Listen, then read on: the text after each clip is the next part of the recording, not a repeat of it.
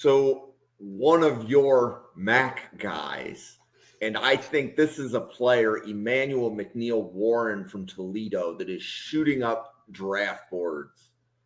Um, how high do you have him graded?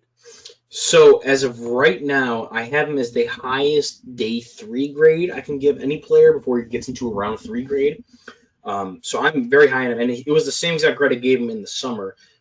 For people who have him shooting up their boards, I think they just didn't get a lot of looks at him before the season started. Now, again, we did the Mac episode, and when we did that, you told me like this is the dude that if anyone's going to peg a guy to come out of the Mac this year, it's Emmanuel McNeil Warren. And I watched him, and I was like, yeah, this is easily the highest graded player right now in the MAC that I had. And that's coming from me as a big fan of some of the other players that are in the MAC this year as draftable players. But going back and now watching him against like a Kentucky from this year, watching that 2025 tape to kind of update his grade, he's continued to grow and compound on what he did well in the summer scouting process, where he is got some size, 6'2", 202, is able to buzz down and play in the box and attack the run from that second level type of depth and be more of a short-handed tackler. Now, there are some plays where he's dropping his head and he can miss some tackles, but for the most part, I do think he's a solid tackling option.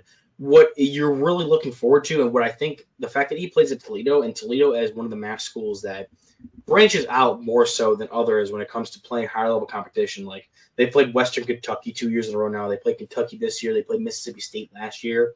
Whenever Toledo goes and plays these higher level schools, you're looking at can they match up and play at that level of competition. And he's one of those players that transcends that and kind of shakes off the, oh, he's only good because he's in the MAC title. When he plays against these higher level schools, you can see he still does fit in. He's able to be a ball hawk, great ball skills, able to attack underneath. When him and Quinyon Mitchell were both starting for this Toledo defense, it was actually some insane film, especially against some of these higher level offenses. So for me, he keeps in stride with where he's at. I do think he can continue to get better.